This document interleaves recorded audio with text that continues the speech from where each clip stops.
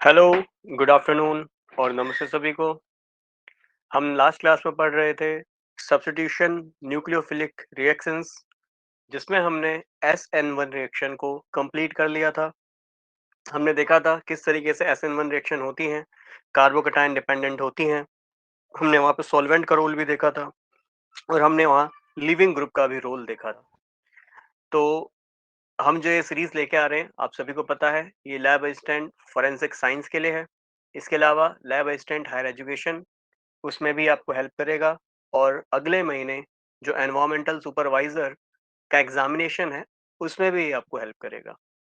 और मैंने आपको बताया था, यदि आप चाहते हैं एनवायरमेंटल सुपरवाइजर के लिए, मैं 25 मार्क्स का जो आपका केमिस्ट्री का पोर्शन है, उसके लिए बहुत बढ़िया सीरीज लेके आऊँ, जिसमें मोस्ट इंपॉर्टेंट क्वेश्चंस या रिवीजन क्वेश्चंस भी हम उनको बोल सकते हैं, जो अपकमिंग एग्जाम के लिए बहुत ही ज़्यादा इम्पोर्टेंट होने वाले हैं।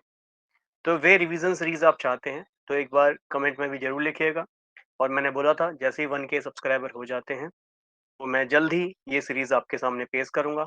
और जितनी फ़ास्ट आप इसमें मेरी हेल्प करेंगे, उतनी ही फ़ास्ट जो है, मैं आपकी इसमें हेल्प करूँगा।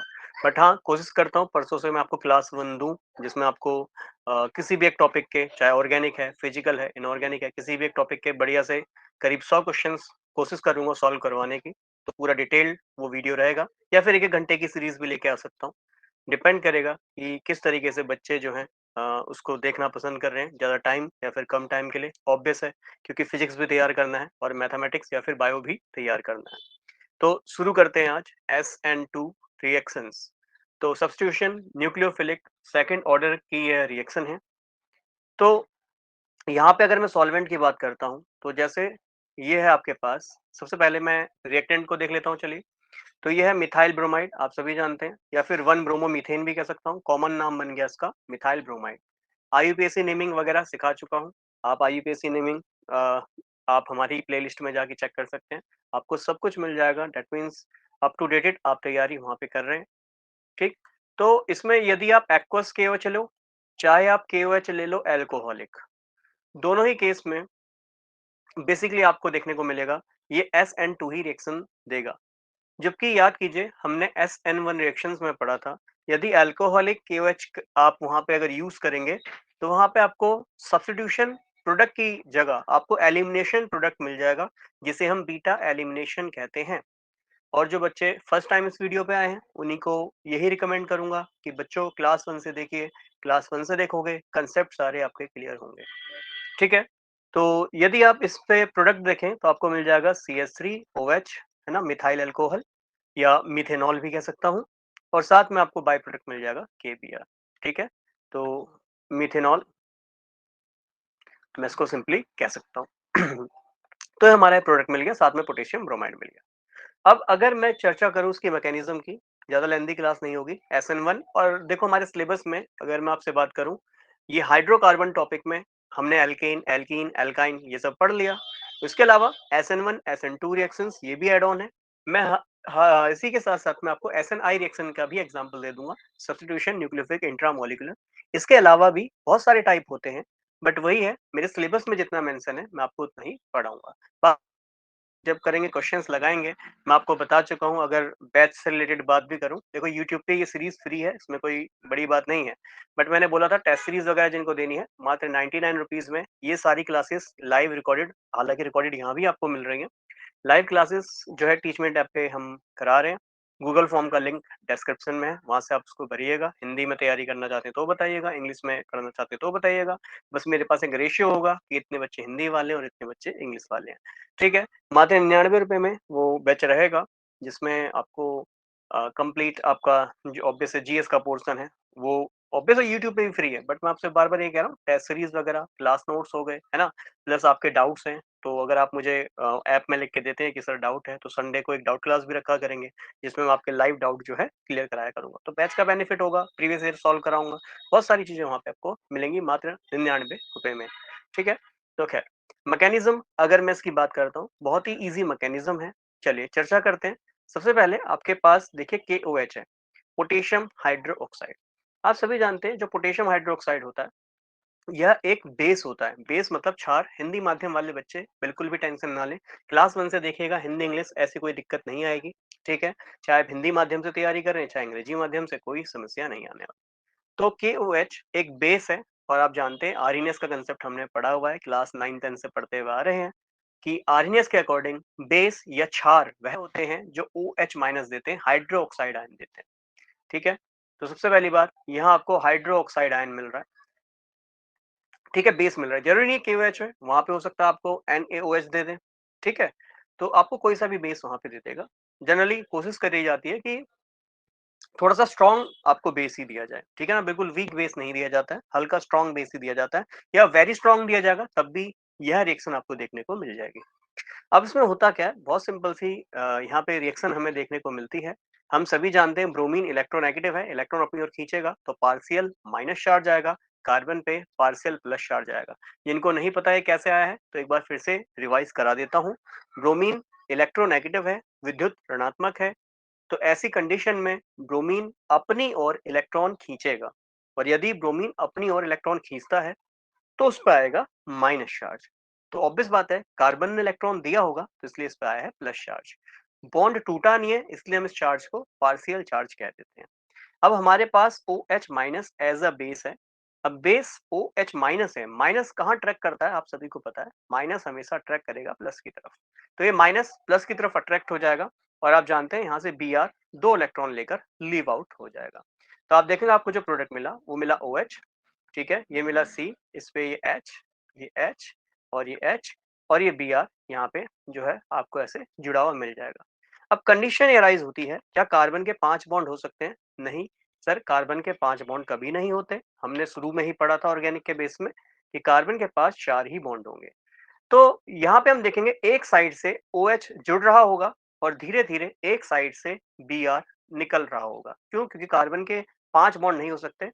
तो एक बीच में एक ऐसी अवस्था आई है जिसको हम ट्रांजिशन स्टेट बोलते हैं, जिसको हम संक्रमण अवस्था बोलते हैं।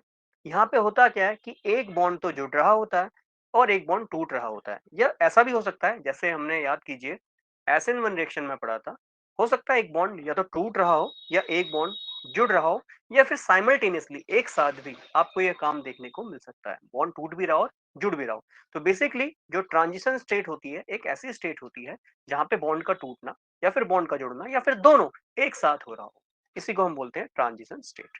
तो अगर मैं इस ट्रांजिशन स्टेट की बात करूं, यदि आप याद कीजिए इनऑर्गेनिक केमिस्ट्री में जब मैंने आपको शेप्स पढ़ाए थे, तो शेप्स को जरा यहाँ पे कंसीडर करते हैं। तो मैं देख रहा हूँ यहाँ पे ये एक ट्राइंगुलर प्लेन है ना? ये एक ट्राइंगुलर प्लेन है। इस पे ये देखो OH ऊपर वाला एक पिरामिड की तरह नजर आ रहा है ना? ऊपर भी पिरामिड बन रहा है ट्रायंगल पे, और एक पिरामिड देखो ऐसे नीचे भी बन रहा है। याद कीजिए शेप का नाम क्या था? इस शेप का नाम था ट्राइगोनल बाइपिरामिडल। याद है? It is trigonal bipyramidal. ऐसे प्रश्न एग्जाम में काफी बार पूछे जा चुके हैं, तो ध्यान में रखना, ट्राइगोनल बाइपिरामिडल। तो ट्राइगोनल बाइपिरामिडल यहाँ पे क्या मिलती है हमें? यहाँ पे ट्राइगोनल बाइपिरामिडल ट्रांजिशन स्टेट मिलती है, संक्रमण अवस्था मिलती है, ठीक है? तो मैं यहाँ लिख देता हूँ, it is the transition state. तो यह संक्रमण अवस्था है। और इसकी अगर पूछी जाए शेप कैसी होगी, है ना, इसका ढांचा कैसा होगा, स्ट्रक्चर कैसा होगा, तो आप कहोगे ट्राइगोनल बाइपिरामिडल होगा। अब जैसे ही यह रिएक्शन कंप्लीट होगी तो आप जानते हैं यहाँ से Br टूट रहा है, तो Br इलेक्ट्रॉन लेके निकल रहा है। आप दिखा भी रहे हैं यहाँ पे कि OH दो इलेक्ट्रॉन दे रहा है। कार्बन के पास चार ही बॉन्ड होने चाहिए। OH माइनस ने जैसे ही दो इलेक्ट्रॉन दिए तो Br दो इलेक्ट्रॉन लेके निकल गया। ऐसी कंडीशन में आपने देखा इस कार्बन पे हैं तीन तीन हाइड्रोजन, ये लगा दिए, ठीक है? OH ग्रुप यहाँ पे आके जुड़ गया, और जो Br है वह दो इलेक्ट्रॉन लेके यहाँ से निकल गया। बहुत सिंपल सी रिएक्शन है। हाँ जी सर, बहुत सरल सी यहाँ पे रिएक्शन है। अब जरा इस रिएक्शन में एक बात हमें नोट करनी है, और ये बात मैंने आपको लास्ट क्लास में भी बताया था। देखो यहाँ पे जो हमारा Br, जो Br लिविंग ग्रुप है, लिविंग ग्रुप मतलब जो छोड़ के जा रहा है, और लिविंग ग्रुप के स्टेबिलिटी के मैं ऑलरेडी आपको फैक्टर्स बता चुका हूँ। याद करिए, मैंने आपको बताया था लिविंग ग्रुप पे जनरली लीव होता है, मतलब इलेक्ट्रॉन लेके निकलता है, और इस पे माइनस चार्ज आता है, और वो माइनस चार्ज को हमें देखना है, चेक करना है क्या ये ग्रुप लिविंग है कि नहीं। ये माइनस चार्ज इस पे जो आया है ये स्टेबल है कि नहीं। स्टेबिलिटी के लिए मैंने आपको कुछ फैक्टर्स बताए थे, जैसे रेजोनेंस हो गया, जैसे वैकेंट डी ऑर्बिटल हो गया, ये ज़रूर चेक कर लीजिए, ठीक है? वैकेंट डी ऑर्बिटल हो गया और काफ़ी लोग ये भी चेक करते हैं क्या ये एक अच्छा बेस है ना? बहुत सारे तरीके हैं। या फिर आप परसेंटेज एसपी कैरेक्टर चेक कर लीजिए। तो ब्रोमीन पे यहाँ कोई रेजोनेंस अनुनाद हमें नज़र नहीं आ रहा, ना ही एसपी नहीं, ओनली एस कैरेक्टर इसको कह लीजिए, एस परसेंटेज कह लीजिए, वो भी हमें यहाँ नज़र नहीं आ रहा है। तो एक चीज़ ही केवल हमें दिख रही है कि ब्रोमीन के पास खाली डी ऑर्बिटल होता है।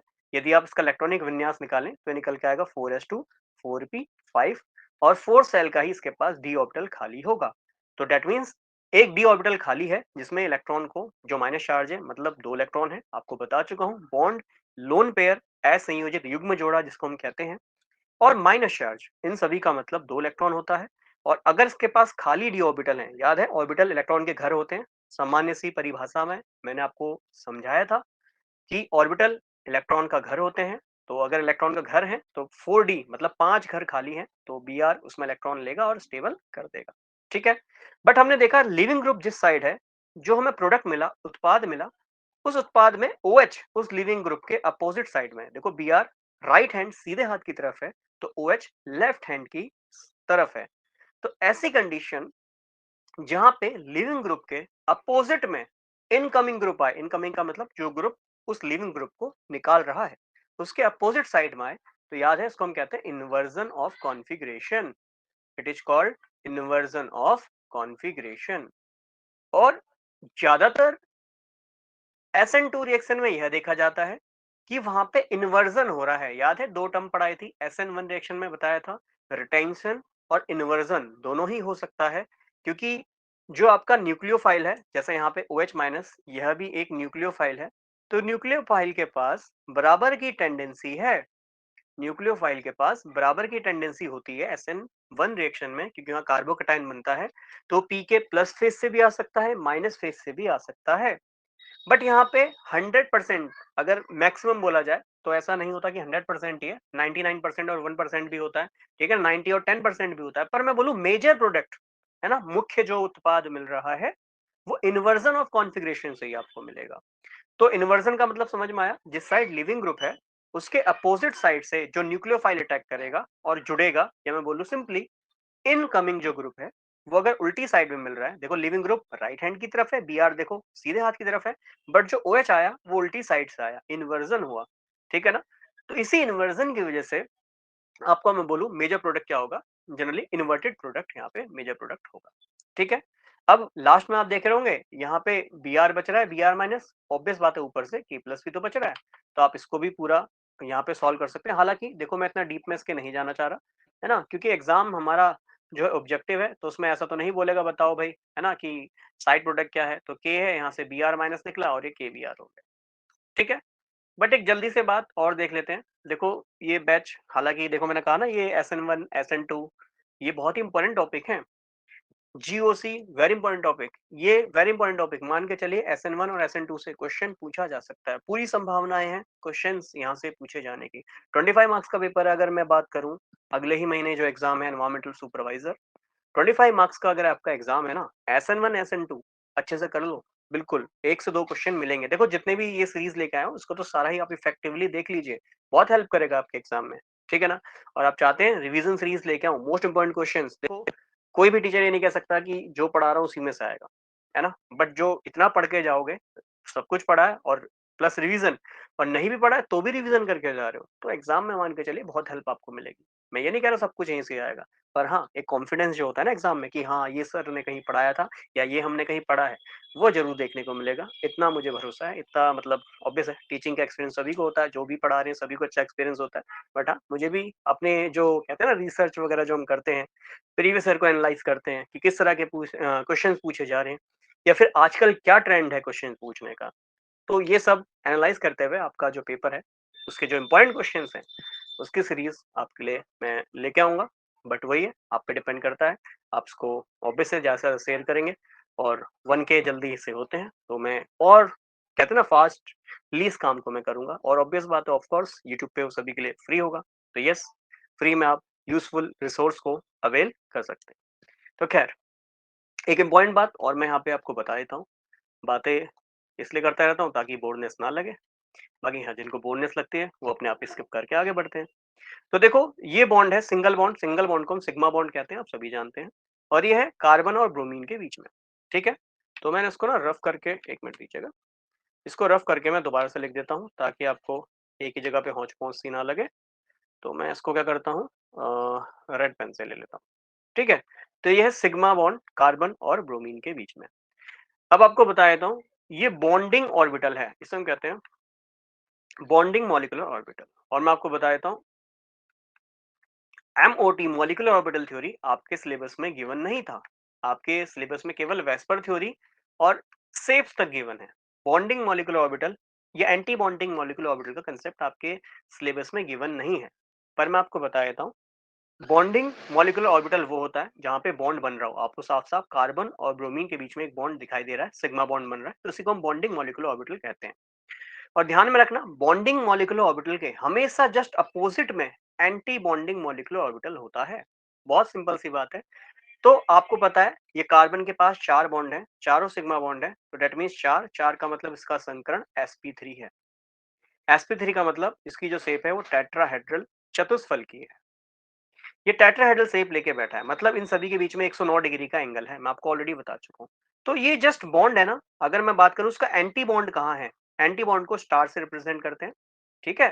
तो ये थोड़ी सी और जस्ट बात बता देता हूँ आपको, आगे की बात, है ना। और बाकी जो बच्चे मास्टर्स वाले हैं या ग्रेजुएशन वाले हैं, अगर वो डीप में पढ़ते हैं तो ये सारी बातें वो जानते हैं कि जिस साइड बॉन्डिंग है उसके अपोजिट में हमेशा एंटी बॉन्डिंग, एंटी का मतलब ही उसका उल्टा, ऐसे भी समझ सकते हो। हालांकि ये रेफरेंस एनर्जी का होता है कि एनर्जी किसकी ज्यादा है ना, उसके बेसिस पे देखा जाता है। बट सिंपली समझने के लिए, जिस साइड में बॉन्डिंग है उसके अपोजिट में एंटी बॉन्डिंग मौजूद होगा। बॉन्डिंग में बॉन्ड है और हम सभी जानते हैं बॉन्ड में 2 इलेक्ट्रॉन होते हैं। अगर बॉन्ड में इलेक्ट्रॉन है तो उसका एंटी बॉन्ड खाली पड़ा है, उसके पास कोई भी इलेक्ट्रॉन नहीं है। तो ऑब्वियस बात है, आपका जो OH माइनस आएगा वो कहां से आएगा, वो हमेशा उस साइड से आएगा जहां पे इलेक्ट्रॉन नहीं है, ठीक है ना। तो बॉन्ड में तो ऑलरेडी 2 इलेक्ट्रॉन है। अब जरा बात को समझिए, OH माइनस माइनस मतलब इस पे भी 2 इलेक्ट्रॉन है। अगर ये इस साइड से आएगा तो ये दो इलेक्ट्रॉन आपस में क्या करेंगे, रिपल्सन, प्रतिकर्षण। और जब यहाँ पे रिपल्सन होगा, प्रतिकर्षण होगा, तो क्या ये OH minus suitably front side से, जिस साइड में Br है, क्या उसी साइड से आके जुड़ सकता है? तो इसका आंसर होगा सर नहीं, क्योंकि यहाँ पे हमें रिपल्सन देखने को मिलेगा, प्रतिकर्षण देखने को मिलेगा। तो इसीलिए OH माइनस जो है वो हमेशा बैक साइड से अटैक करेगा। कहां से करेगा? बैक साइड से अटैक करेगा। क्यों? क्योंकि बैक साइड में किसी भी तरह का इलेक्ट्रॉन आपको नहीं नजर आ रहे, क्योंकि एंटी बॉन्डिंग खाली पड़ा होता है। क्योंकि आप गिन भी सकते हो, सर 2 इलेक्ट्रॉन यहाँ है, 2 इलेक्ट्रॉन यहाँ है 4, 2 इलेक्ट्रॉन इस हाइड्रोजन और कार्बन के बीच में होंगे 6, और 2 इलेक्ट्रॉन यहाँ होंगे 8। तो इस कार्बन के 4 बॉन्ड, 8 इलेक्ट्रॉन पूरे हैं। तो दैट मीन्स का एंटी बॉन्डिंग खाली पड़ा है। इसीलिए ये जो इलेक्ट्रॉन देगा एंटी बॉन्डिंग से देगा। और एंटी बॉन्डिंग कहाँ मौजूद है? अपोजिट साइड में मौजूद है, बैक साइड में मौजूद है, ठीक है। और जब भी बैक साइड में मॉलिक्यूल आता है तो देखो Br जो लिविंग ग्रुप है वो फ्रंट साइड में है, और मॉलिक्यूल बैक साइड से आ रहा है। इसी बैक साइड इनकमिंग ग्रुप को आने को हम इन्वर्जन कहते हैं। तो इसीलिए हम पढ़ते हैं कि SN2 रिएक्शन जो होती हैं, जो SN2 रिएक्शन होती हैं, इसमें हमें क्या देखने को मिलता है? इन्वर्जन देखने को मिलता है। मैं ये नहीं कह रहा 100% इन्वर्जन होता है। देखो ये सिंपल सिंपल रिएक्शन में इसमें तो 99% तक, बल्कि 99.9% तक आपको इन्वर्जन देखने को मिलता है, ठीक है ना। एक 0.1% ही चांस होता है कि भाई आपको फ्रंट साइड से, या मैं बोलूँ रिटेंशन होते हुए दिख रहा है ना। बट हाँ, मैक्सिमम केस में आप कह सकते हो कि मेजर प्रोडक्ट जो है वो इन्वर्टेड प्रोडक्ट ही मिलेगा, ठीक है ना। तो मेजर जो प्रोडक्ट है, मतलब मैक्सिमम केस में बैक साइड ही अटैक होगा, फ्रंट साइड आने की संभावना कम हो जाएगी। क्यों? क्योंकि रिपल्सन हो रहा है, ठीक है। तो बहुत सिंपल सा फंडा है, ध्यान में रखिएगा। अगर हालांकि ये क्वेश्चन थोड़ा सा और मतलब डेप्थ में जाता है, अगर आप क्लास 12 के अकॉर्डिंग बात करो, थोड़ा सा टॉपिक मान के चलो हार्ड। जो BSc lab assistant forensic science वाला एग्जाम देंगे, उनके लिए मैं कहूँगा हाँ थोड़ा सा ये और ज्यादा डेप्थ वाला टॉपिक हो जाएगा। बाकी मास्टर्स वगैरह में ये सब टॉपिक हम पढ़ते हैं, ठीक है। तो बहुत ही ईजी है। अब जल्दी से इसका ग्राफ भी समझा देता हूँ। Graph is very important. Graph मान के चलिए, क्वेश्चन ग्राफ वाला पूछा जा सकता है, ठीक है ना, क्योंकि आपका 12th वाला जो एग्जाम है, अप टू 12th, तो उसको मान के चलिए नीट लेवल का तो पूछ ही सकता है। देखो जेई लेवल थोड़ा हार्ड हो जाएगा, तो नीट अप टू नीट तक लेवल तक ही पूछ सकता है। तो इसलिए मैं कहूँ ग्राफ वेरी इंपॉर्टेंट है। ग्राफ में आपने देखा कि एक ही स्टेप हो रहा है, ठीक है। तो एक ही पहाड़ बनेगा, याद है 2 ट्रांजिशन स्टेट होती है, 2 पहाड़ बनते हैं हमेशा। जो उसकी घाटी होती है, याद है वैली, याद है SN1 रिएक्शन का ग्राफ। ये ग्राफ ऐसे बनाया था 2 पहाड़ियों वाला। तो ये पहाड़ी नंबर 1 पहली ट्रांजिशन स्टेट, दूसरी ट्रांजिशन स्टेट, बीच में बनता है क्या? आपका रिएक्टिव इंटरमीडिएट। बट यहाँ पे एक ही ट्रांजिशन स्टेट बन रही है और वो कहाँ पे बन रही है, मतलब जो मैक्सिमम पीक होती है आप सभी को पता है, जो पहाड़ी मैक्सिमम वाली है वही आपकी ट्रांजिशन स्टेट है। मैं आपको लास्ट क्लास में भी ये समझा चुका हूँ। तो ये है इसकी ट्रांजिशन स्टेट, संक्रमण अवस्था। ठीक है, यहाँ पे बी आर लीव हो रहा है तो बी आर इजिली लीव हो जाएगा। ठीक है, और यहाँ पे आपने शुरू में क्या लिया है, आपने लिया है ओ एच माइनस।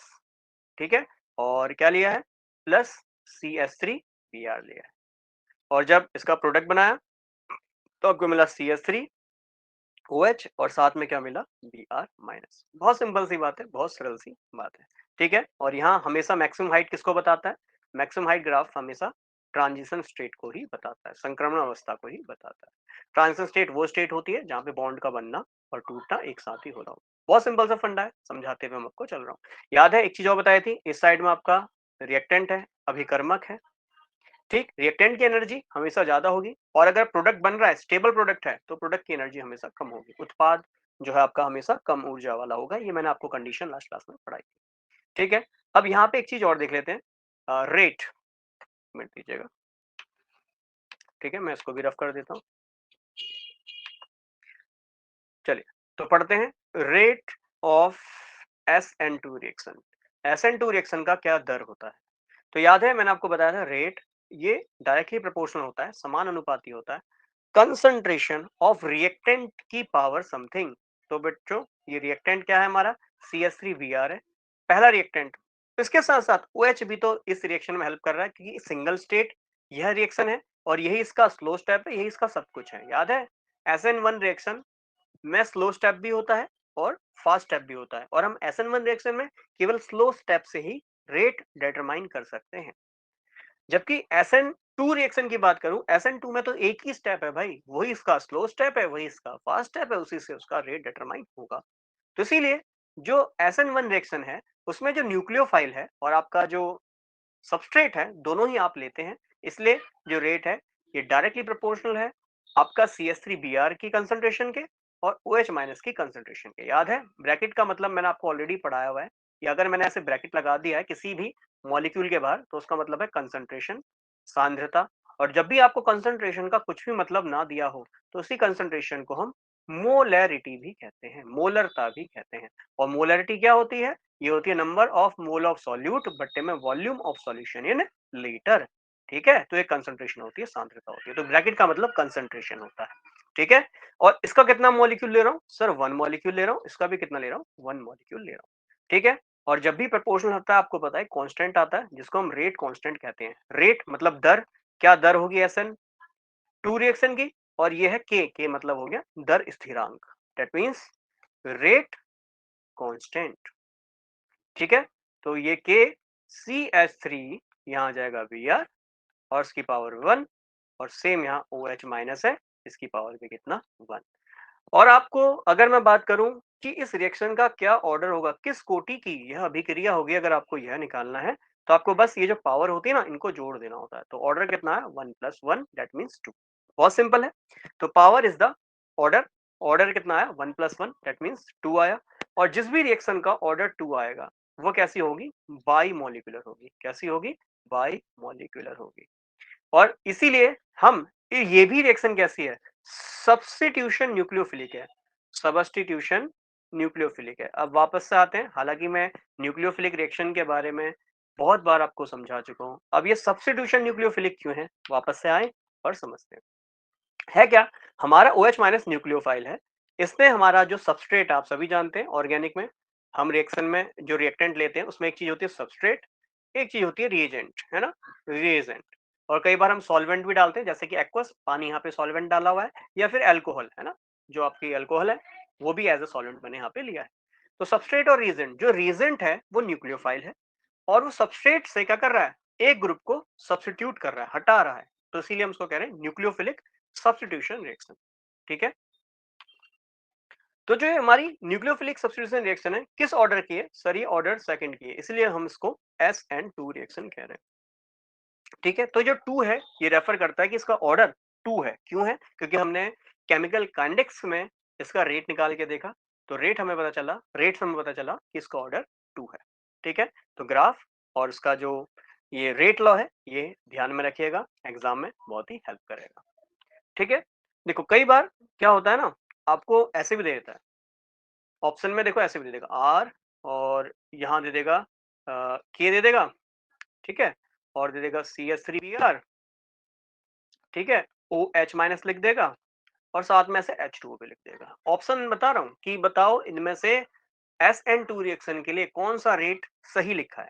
ठीक है, तो मान लो ए ऑप्शन ये दे दिया, चलो एक ऑप्शन वाइज भी लेके चलता हूँ, ये दूसरा ऑप्शन ये दे देगा, ठीक है, और चलो तीसरा ऑप्शन ये दे देगा H2O, और इसके आगे लिख देगा एक्सेस।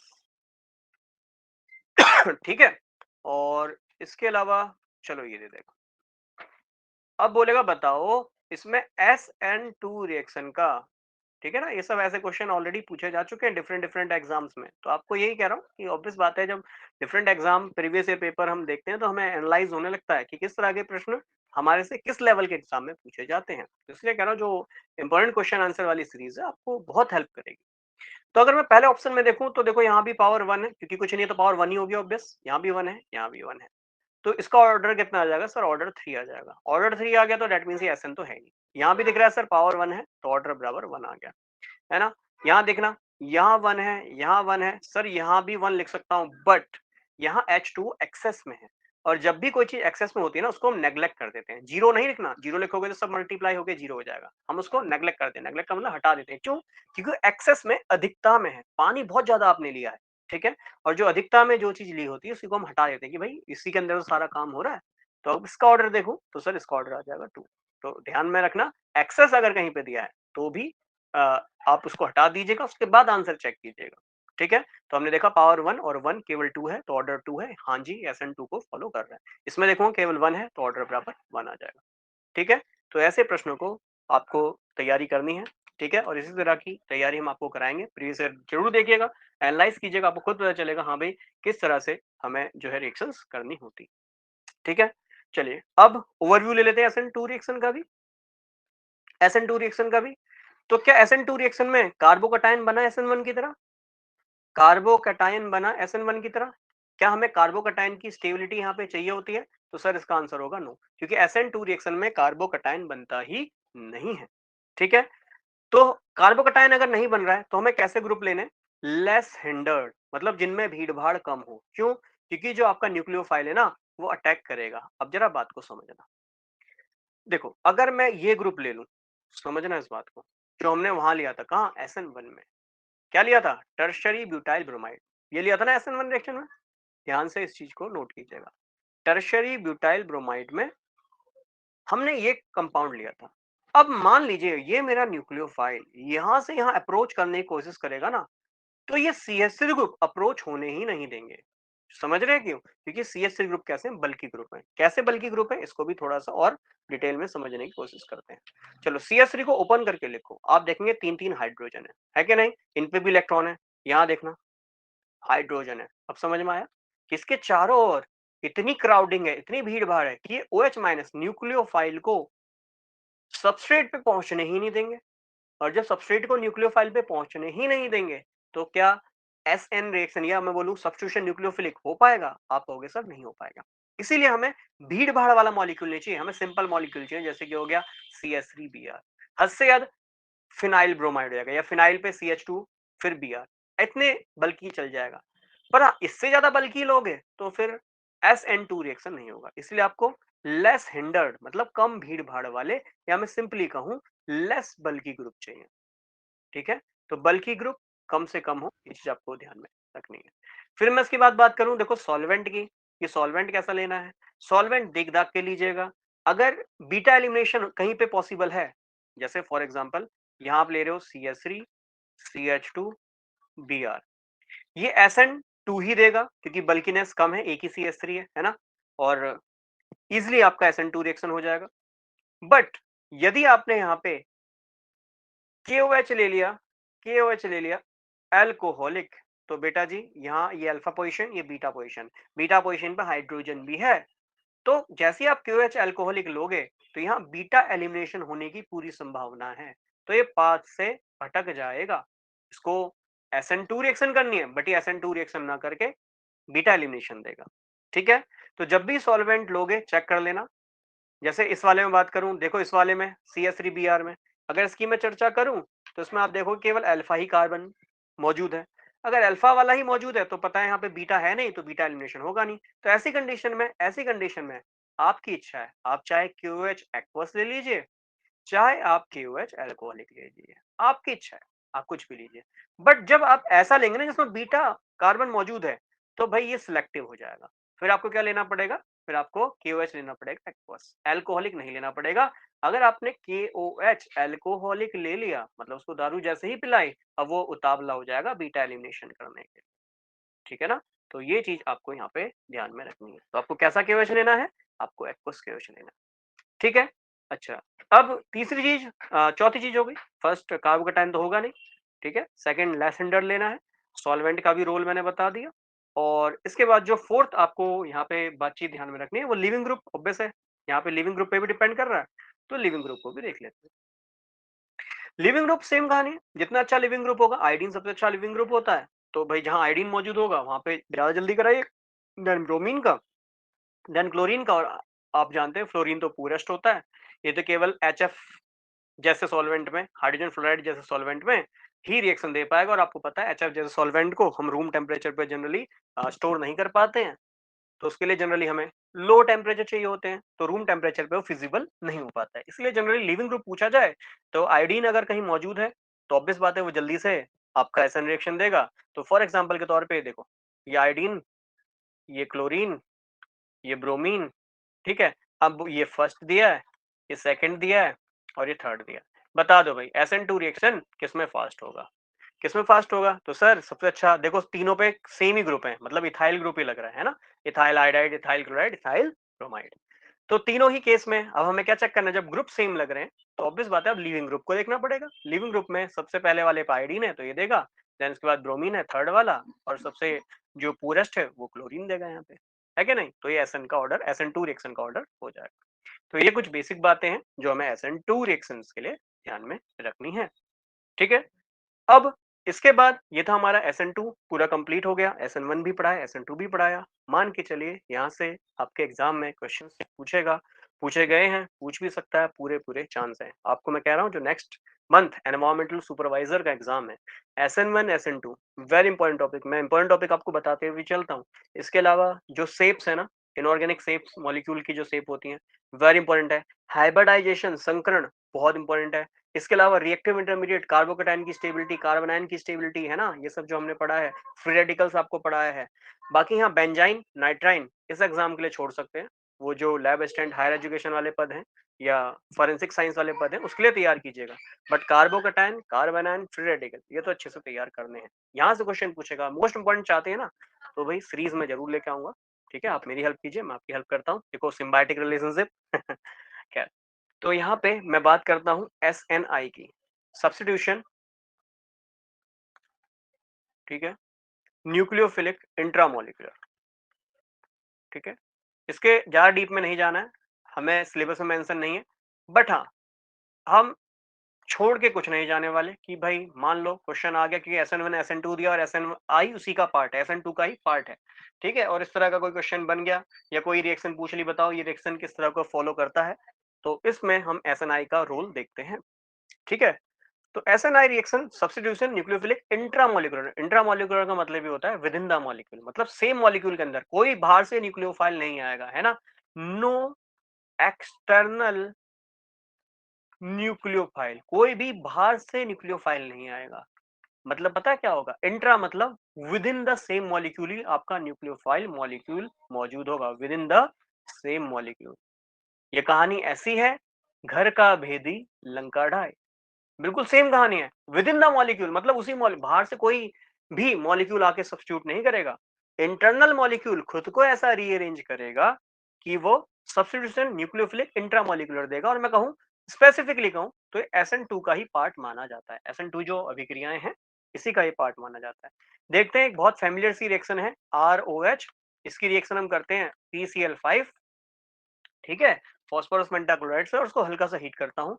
और ये रिएक्शन आपने देखी भी होगी हेलो एल्केन्स हेलो अरेन्स में, अगर क्लास 12th की बात करता हूँ, एनसीईआरटी आप रीड कर रहे होंगे, तो उसमें ये रिएक्शन हमें देखने को मिलती है, साथ में बाई प्रोडक्ट POCl3 मिलता है और HCl मिलता है। ठीक है, ये रिएक्शन बहुत बार हम पढ़ चुके हैं। ठीक, तो हमारा जो अल्कोहल ग्रुप होता है, इसकी रिएक्शन यदि आप फास्फोरस पेंटाक्लोराइड से कराते हैं, तो आपको अल्काइल हैलाइड मिल जाता है ना? अल्काइल भी मिल सकता है, एराइल भी मिल सकता है, डिपेंड करता है। साथ में POCl3 HCl मिलता है। ऐसी रिएक्शन में अगर मैकेनिज्म पे गौर करूं, क्यों हम इसको सब्स्टिट्यूशन न्यूक्लियोफिलिक इंट्रामोलिकुलर कह रहे हैं, तो उसकी क्रियाविधि, मैकेनिज्म एक बार ध्यान से बस देख लीजिए, उससे हमें आइडिया मिल जाएगा।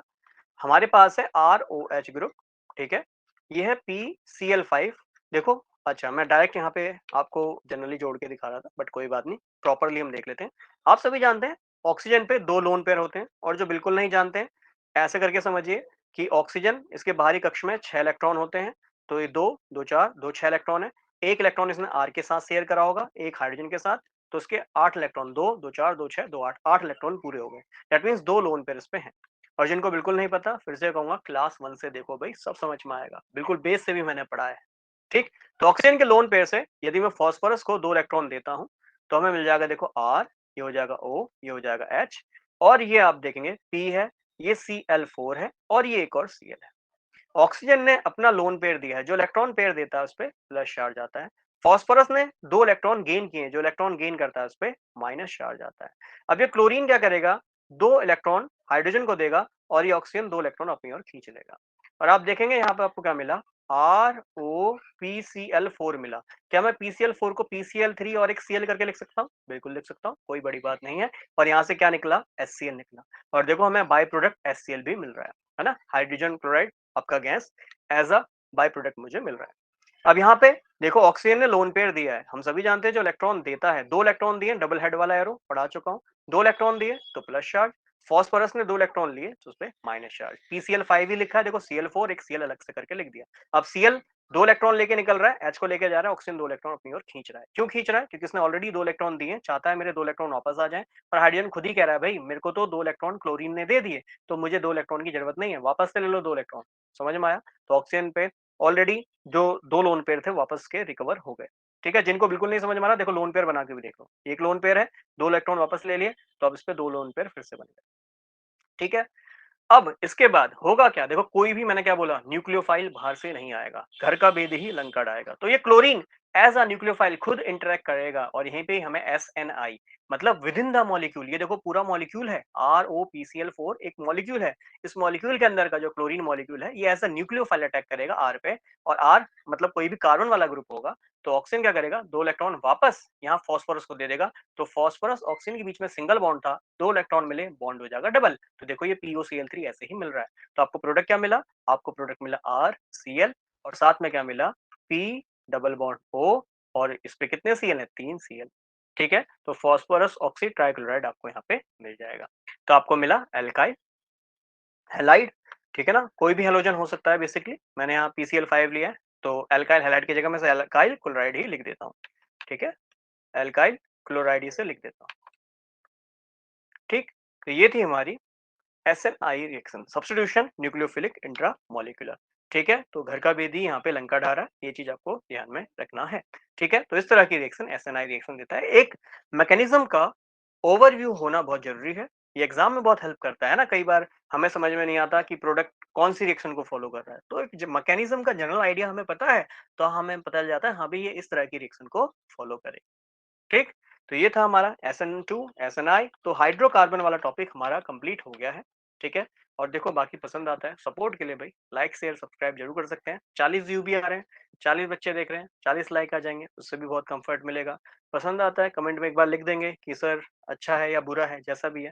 ठीक है, बट अगर बुरा भी है ना, देखो क्रिटिसिज्म होना चाहिए, पर एक पॉजिटिव क्रिटिसिज्म करोगे तो मुझे अच्छा लगेगा कि हाँ सर ये कमी है, इसको सुधार लीजिए और बेहतर बच्चों को लग सकता है, तो मैं करूंगा। अदरवाइज ये करोगे कि भाई, जैसे मैंने आपको बताया था एक कहानी, कुछ टाइम पहले एक बच्चे ने ये काम करना शुरू करा था, हालांकि मैंने उसके कमेंट हटा दिए थे। कारण यही है कि भाई पॉजिटिव क्रिटिसिज्म करो कि हाँ सर ये चीज बेकार है, इसको आप ऐसे सुधारिए, तो हो सकता है ये बच्चों को और बेहतर समझ में आए। तो बिल्कुल इस चीज़ पे मैं काम करूँगा। बाकी हाँ, नेगेटिव क्रिटिसिज़्म करोगे तो भाई मैं ब्लॉक कर दूँगा, ऑब्वियस है, और कमेंट भी मैं डिलीट कर दूँगा।